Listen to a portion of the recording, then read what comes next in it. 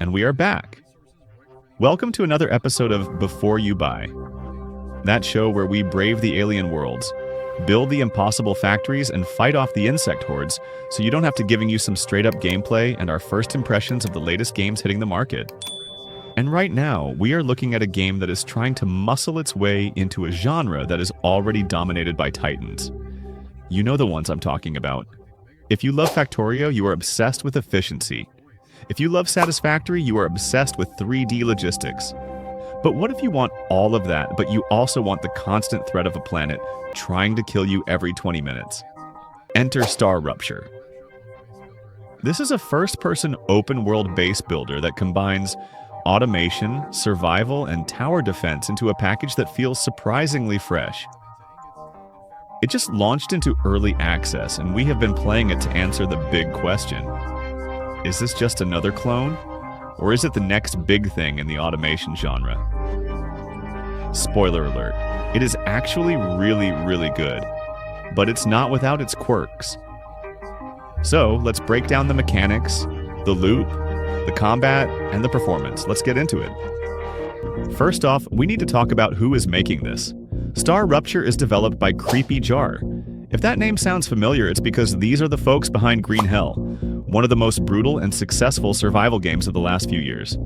That is important context because it tells us two things. One, they know how to make a hostile environment feel alive. And two, they know how to handle an early access roadmap without abandoning their community.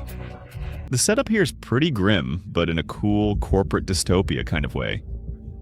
You are on a planet called Arcadia 7. It is beautiful, it is resource-rich, and it is absolutely deadly. You aren't an explorer, you are a convict. You are part of the ARGOS program, essentially forced labor for 5 different megacorporations. Your job isn't just to survive. Your job is to fulfill orders. You mine resources, process them, and shoot them off-planet via rockets to satisfy these corporate contracts. In exchange, they drip-feed you blueprints, technology, and eventually, if you work hard enough, your freedom. It provides a nice narrative structure to the sandbox. Instead of just building for the sake of building, you are constantly chasing that next paycheck, that next unlocking tier, which keeps the momentum moving forward. Now, let's talk about the meat and potatoes. The automation. If you are coming from Satisfactory, your brain is probably wired to think in terms of push mechanics. You mine ore, it goes on a belt, and it keeps moving until it hits a machine or clogs up. StarRupture changes the game. It uses a call and answer system, or a pull system. This is a massive quality of life shift. Here's how it works. Your machines do not produce anything, and your drones do not move anything unless there is a specific demand for it at the end of the line. If your assembler isn't asking for iron ingots, your smelters won't make them, and your miners won't dig them. Why is this cool? Because it eliminates the biggest headache of the genre. The clog. You don't have conveyor belts overflowing with items you don't need. The factory stays clean. It stays efficient. It feels more like you are managing a smart logistics network rather than just plumbing together a bunch of pipes and hoping for the best. And speaking of plumbing, let's talk about the drone rails. In most factory games, you have to manage 2 nightmares: the conveyor belts for items and the power lines for electricity. StarRupture combines them. The rails that transport your resources also transmit power. This is a brilliant design choice. It cleans up the spaghetti significantly. You aren't running separate power poles everywhere. You just lay down your rail and boom, power and logistics are solved in one click. And if things do get jammed, maybe you messed up a ratio, there is literally a button to flush the system. No manual deconstruction required. It is very user-friendly. The game also leans away from the intense math that scares some people off. You don't need a spreadsheet open on a second monitor, calculating items per minute down to the decimal. The UI gives you clear percentage-based efficiency ratings. You can look at a machine and see, oh, this is running at 50%. And you just tweak it by feel. It's intuitive. It keeps you in the game world, not in a calculator app. So the building is good, but the game is called StarRupture. What does that mean?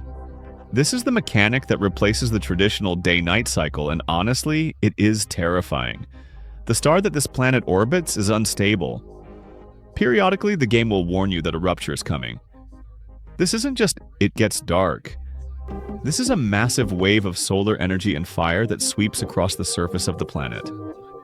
When the alarm sounds, the sky turns this menacing orange, the music swells, and a literal wall of fire starts consuming the landscape.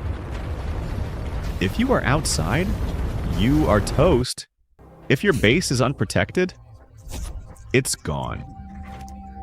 This forces a completely different rhythm of play. You have to build shield generators. When the rupture hits, you hunker down inside your bubble. You watch the fire rage outside, you wait for your machinery to cool down because the heat overheats everything, and you repair any breaches. It turns the survival aspect into a periodic rhythmic tension. You have phases of expansion go out, explore, set up mining rigs, and phases of hunkering down and defending. It makes the world feel volatile and dangerous in a way that just getting hungry doesn't achieve. And you aren't just hiding from the sun, you are hiding from the locals. The planet is infested with an alien species called the Arachnids. If you played Starship Troopers, you know the vibe. This is where StarRupture distinguishes itself from Satisfactory. The combat here is a core pillar, not an afterthought. It feels like a full-on first-person shooter. The gunplay is punchy, the weapons sound heavy, and the movement is fluid. You have to set up defenses, turrets, walls, traps, because the bugs don't just wander around, they attack. They are attracted to two things. One, your shield generators. When you turn on the shields during a rupture, the noise and energy draw them in. Two, map scanning. This is a cool risk-reward mechanic. To find resources, you have to ping the map with a scanner. But every time you ping, you alert the hive. So, scanning for resources essentially triggers a horde event. You press the button, you see the resources light up, and then you hear the screeching. The enemy variety is solid for an early access title. You have the standard grunts, you have leapers that jump over your walls, which is terrifying, exploders that act like banlings, and ranged units that spit acid from a distance. You aren't just building a factory, you are building a fortress. You need to design kill boxes. You need to maximize turret coverage. And you need to be down there in the trenches with your rifle, helping your turrets hold the line. It adds an adrenaline spike to the chill factory building loop that works really well. There is also a character progression system. As you fight and survive, you unlock perks. These aren't just stat boosts, they change how you play.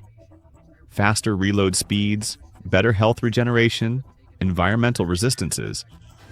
It gives you a sense of RPG progression for your character, separate from the tech tree of your base. Let's talk about the presentation. Graphically, StarRupture is a stunner. It's running on Unreal Engine, likely UE5 given the lighting. And the optimization is surprisingly good. We tested this on a high-end rig, obviously, but we also threw it on a machine with an older RTX 2080, and it ran buttery smooth. That is rare for an early access open-world game. The art style leans into a grim, industrial sci-fi aesthetic. The machinery looks heavy and used. The planet is full of environmental storytelling, crashed ships, skeletons of previous prisoners, audio logs left behind by people who didn't make it. It paints a picture of a universe where human life is cheap and profit is king. But the real standout here is the soundtrack. They went with this synthwave/vaporwave style that is just mesmerizing. It's got that pulsing electronic beat that fits perfectly with the automation theme. When you are just laying tracks and the synth music kicks in, it is a total vibe. It puts you in that flow state where hours just melt away. However, it is not all perfect. There is one major flaw that almost every player is complaining about right now, and I have to agree. The voice acting, specifically the AI suit voice and the protagonist barks. The game never shuts up. Inventory full. Oxygen low. Cannot build here. I should pick that up. It is constant. It is repetitive. And honestly, the quality of the acting, particularly the AI assistant, feels a bit grating. It breaks the immersion. You are trying to enjoy the atmospheric synth music and the alien landscape, and you have this robotic voice nagging you every 3 seconds. Most players, including myself, ended up turning the dialogue volume down to 0 after the first hour. The developers have acknowledged this feedback, and I expect they will tune the frequency of these lines, but right now, it is annoying. Also, being early access, there are bugs. We didn't encounter anything game-breaking, but we saw some funny physics glitches, flying bugs getting stuck in the air, or resources clipping through the floor, the usual stuff, but nothing that corrupted a save or ruined a run. I want to touch briefly on the export mechanic because it ties the whole game together. You aren't building one mega factory that feeds into a central sink. You are building distributed outposts. You might have a mining base 5 kilometers away. You can't just run a 5-kilometer belt easily. Instead, the game encourages you to build mini launch pads. You fulfill contracts by launching rockets directly from these outposts. It forces you to think strategically. Okay, Corporation A wants 500 copper. Corporation B wants 200 biomass. You have to juggle these contracts to get the blueprints you need. It adds a layer of management tycoon gameplay on top of the factory building. You aren't just an engineer. You are a logistics manager trying to keep 5 different bosses happy. So, before you buy StarRupture, you need to know where this fits in your library. If Factorio is the complex 2D grandfather and Satisfactory is the chill 3D creative sandbox, StarRupture is the gritty, action-oriented cousin. It occupies a perfect middle ground. It is more accessible than Factorio, but has more combat and tension than Satisfactory. The call and answer automation system is a genuine innovation that makes the genre feel less tedious. The graphics are top tier, the combat is punchy, and the StarRupture mechanic keeps you on your toes. Is it worth the price? It's launching at around 15 to 16 pounds, 20 US range. For that price, absolutely. Even in early access, there is a solid 20 to 30 hours of content here just to get through the current tech tree. And that is if you rush. If you are a builder who likes to optimize, you can easily sink 50 plus hours into this current build. The developer, Creepy Jar, has earned a lot of trust with how they handled Green Hell. They didn't abandon that game, they polished it into a diamond. I have every reason to believe they will do the same here. If you are a fan of automation games but have been waiting for one that gives you a reason to use your guns, this is it. StarRupture is a fantastic foundation for what could be the next big hit in the genre.